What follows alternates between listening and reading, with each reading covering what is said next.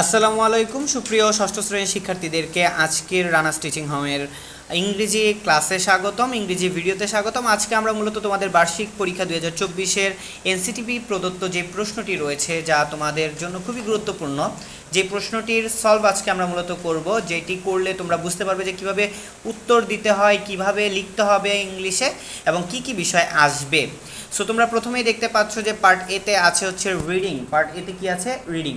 So আমরা রিডিংয়ের যে কাজটা করব, এখানে বলাই আছে read the text about cultural and social behavioural similarities and dissimilarities between Bangladesh and the United kingdom and answer the questions that follow.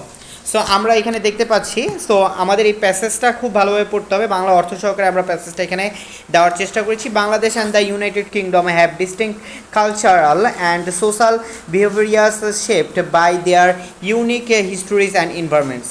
So Bangladesh এবং যুক্তরাজ্যের সাংস্কৃতিক ও সামাজিক আচরণ তাদের অনন্য ইতিহাস ও পরিবেশ দ্বারা গঠিত হয়েছে।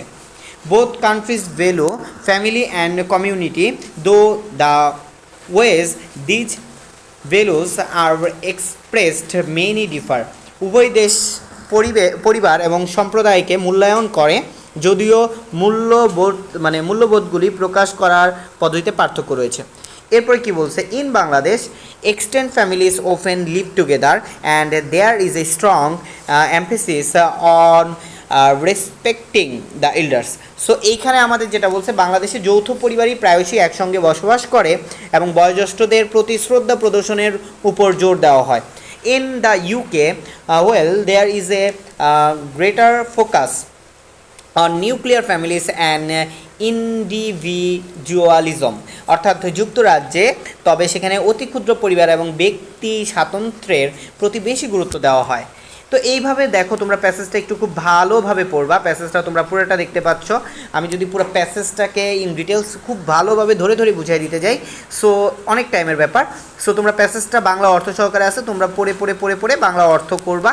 এবং প্যাসেজের পরে যে বিষয়টা দেখো, এখানে বলছে আমাদের যে নমুনা প্রশ্নটি আছে সেখানে বলছে কিছু, এতে বলছে দেখো, choose the best answer with Bengali meanings.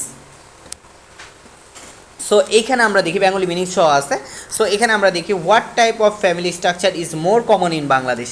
So এখানে আমরা দেখি, এখানে আমাদের দেওয়া আছে যৌথ পরিবার, তাই না? আমরা একটু আগে প্যাসেজ দেখছি এক্সটেন্ডেড ফ্যামিলি। সো তারপর বলছে which festival is celebrate in Bangladesh. কোনটা বাংলাদেশে হয়? সেটা হচ্ছে ঈদ, তাই তো? এরপরে আমরা দেখবো, দেখো ডিয়ার স্টুডেন্টস, এরপর আমরা 3 নম্বর দেখবো, what is a key aspect of social behaviour in Bangladesh. সেটা হচ্ছে হসপিটালিটি, আতিথেয়তা, মানে তারা খুব অতিথিপরায়ণ। What is one thing that is valued by both societies. দুইটা দেশে আসলে কোন জিনিসটাকে মূল্যায়ন করা হয়, ঠিক আছে? সেটা হচ্ছে এডুকেশন দুইটা দেশেই কিন্তু মূল্যায়ন করা হয়। Which country is known for it's contributions to literature and theatres. এইটা হচ্ছে দ্য ইউকে। ইউকের কি আছে বলো? কোন দেশ সাহিত্য ও থিয়েটারের অবদানের জন্য পরিচিত? এটা হচ্ছে ইউকে, ঠিক আছে? যুক্তরাজ্য পরিচিত বাংলাদেশের তুলনায়। সো এরপর আমরা দেখি বি নাম্বারে আমাদের বলা হয়েছে, দেখো এই প্যাসেজ থেকে বি নাম্বারে আমাদের বলা হয়েছে যে এখানে আমাদের 5টা প্রশ্ন থাকবে মূলত। এখানে 10 নম্বর, how do family structures in Bangladesh differ from those in the UK. আমাকে প্রশ্ন করা হয়েছে যে বাংলাদেশের পারিবারিক কাঠামো কিভাবে যুক্তরাষ্ট্র থেকে ভিন্ন। In Bangladesh extended families often live together, well ইউকেতে আমরা প্যাসেজ থেকে পাচ্ছি যে নিউক্লিয়ার ফ্যামিলিজগুলো কি সেখানে কমন। সো আমরা এখানে সুন্দরভাবে এভাবে লিখবো। তারপরে আর কি কি আছে? Name one festival celebrated in Bangladesh and one in the UK. আমাকে 2 নম্বরে বলছে যে যেটা বাংলাদেশে সেলিব্রেট হয় এরকম একটা উৎসবের নাম এবং ইউকেতে সেলিব্রেট হয় এরকম একটা উৎসবের নাম লিখতে। তো বাংলাদেশে Eid is celebrated in Bangladesh and Christmas is celebrated in the UK. Christmas is celebrated in the কি ইউকে।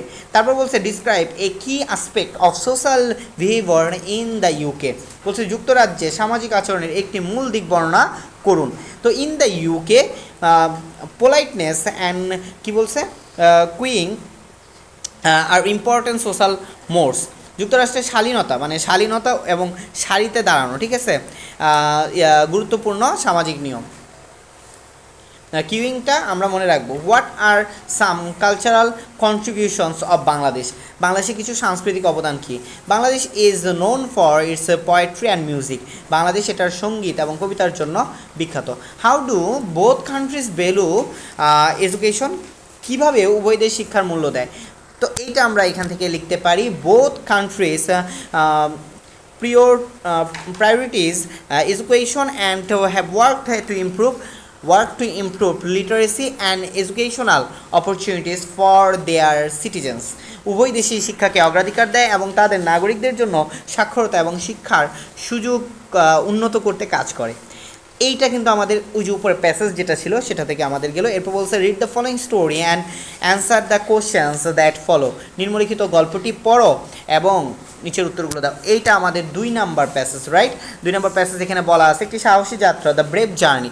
সো এখানে আমরা লাইন টু লাইন পড়াইছি, দেখো। Once upon a time there was a young boy named Arif who lived in a small village. He loved nature and always dreamed of exploring the nearby forest. সে প্রকৃতি ভালোবাসতো এবং সব সময় কাছের জঙ্গলগুলি অন্বেষণ করার স্বপ্ন দেখতো, রাইট? তারপরে দেখো এখানে বলছে যে one day he decided to embark on an adventurous into the forest to discover its secret. একদিন সে জঙ্গলের রহস্য উদ্ঘাটন করার জন্য একটি অভিযানে যাওয়ার সিদ্ধান্ত নিল।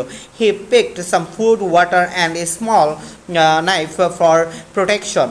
সে কিছু খাবার নিল, পানি নিল এবং সুরক্ষার জন্য একটি ছুরি নিল।